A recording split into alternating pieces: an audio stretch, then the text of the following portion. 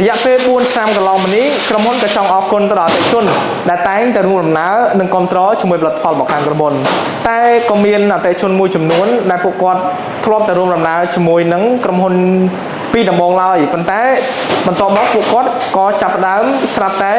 មិនហ៊ានបន្តភាសាជាមួយនឹងទឹកដោះគោទៀតក្រុមហេតុផលថាពួកគាត់មិនហ៊ានភាសាដោយសារតែពេលខ្លះគាត់ភាសាទៅមានអារម្មណ៍ថាដូចជាដដែលអត់មានបានផលអីជួយដល់សុខភាពរបស់គាត់ហើយពេលខ្លះទៀតគឺគាត់ខ្លាចថាភាសាទៅគឺជាជាតិស្កររបស់គាត់ខ្លាចឡើងគាត់ខ្លាចឡើងគីឡូឬក៏គាត់ខ្លាចឡើងកូលេស្តេរ៉ុលឬក៏គាត់ខ្លាចបង្កបញ្ហាឈឺសន្លាក់តែនេះគឺគ្រាន់តែជាចំណុចតូចមួយមែនទែនដែលចំពោះអ្នកដែលធ្លាប់កើតឡើងនៅទាំងអស់នេះធ្លាប់កើតឡើងនៅចំណុចបែបនេះប៉ុន្តែ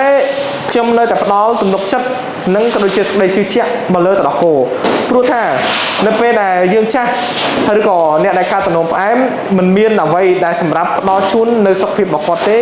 គឺរាងកាយរបស់គាត់គឺនឹងកាន់តែចុះទ្រោមដូច្នេះហើយបើសិនជាយើងមានភ្នាក់ងារក៏ដូចជាអ្នករួមដំណើរថែរក្សាសុខភាពរបស់យើងដូចជា Global Diabetic Plus នេះគឺនឹងធ្វើឲ្យសុខភាពរបស់យើងគឺកាន់តែល្អអញ្ចឹងដើម្បីអស់មន្ទិលសង្ស័យខ្ញុំនឹងសួរសំណួរនេះទៅកាន់អ្នកជំនាញផ្ទាល់តែម្ដងបង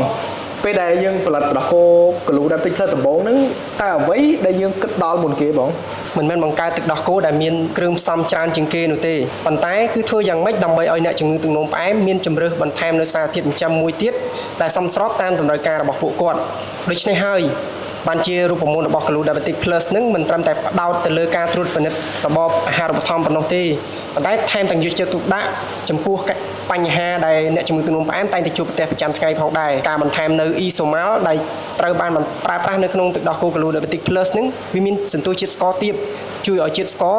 រំលាយបានយឺតមិនបណ្ដាលឲ្យអ្នកជំងឺទឹកនោមផ្អែមនឹងឡើងជាតិស្ករនៅក្នុងឈាមលឿនពេកទេសម្រាប់ Mofa Phufa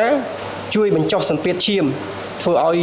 ចលនាប្រព័ន្ធសាច់ឈាមបេះដូងប្រសើរឡើងពីនោះមកវាជួយពង្រឹងនៅប្រព័ន្ធសុខភាពបេះដូងផងដែរបើសិនបានអ្នកជំងឺទឹកនោមផ្អែមពិសាទឹកដោះគោ Global Diabetic Plus ជាប្រចាំ Global Diabetic Plus ត្រូវបានបន្ថែមនៅជាតិកាល់ស្យូមវីតាមីន D ដែលជួយរក្សានៅដង់ស៊ីតេឆ្អឹងជួយឲ្យឆ្អឹងរឹងមាំកាត់បន្ថយហានិភ័យនៃជំងឺពុកឆ្អឹងដែលអ្នកជំងឺទឹកនោមផ្អែមតែងតែជួបប្រទះជាញឹកញាប់ទឹកដោះគោ Global Diabetic Plus នេះវាជាធនាគារអាហារូបត្ថម្ភមួយដែលមានវីតាមីននិងសារជាតិរ៉ែចំនួន47ប្រភេទពីសម្បុកបជាកម្មយិនសិនដែលជួយបន្ថែមនៅសារធាតុចិញ្ចឹមយ៉ាងទូលំទូលាយរក្សាថាមពលនិងលើកកម្ពស់សុខភាពសម្រាប់អ្នកប្រើប្រាស់មកដល់ពេលនេះខ្ញុំយល់ថាហេតុអីបានជាអសរស្ថានធំគាត់ជ្រើសរើសយកទឹកដោះគោ Global Diabetic Plus នេះដើម្បីទៅលក់បន្តវាមិនមែនសំខាន់ស្ថិតទៅលើប្រមាណគ្រឿងផ្សំប្រមាណមុខដែលស្ថិតក្នុងទឹកដោះគោនោះទេហើយក៏វាមិនស្ថិតនៅលើតម្លៃដែរប៉ុន្តែអ្វីដែលសំខាន់គឺស្ថិតនៅលើតើហេតុអ្វីបានជាអ្នកជំនាញជ្រើសរើសគ្រឿងផ្សំទាំងអស់នោះដាក់ចូលទៅក្នុងទឹកដោះគោ Global Diabetic Plus ហើយសំណួរមួយទៀតសួរថាអ្នកដែលប្រើប្រាស់ទឹកដោះគោ Global Diabetic Plus ហ្នឹងមានដឹងខ្លួនដែរទេថាខ្លួន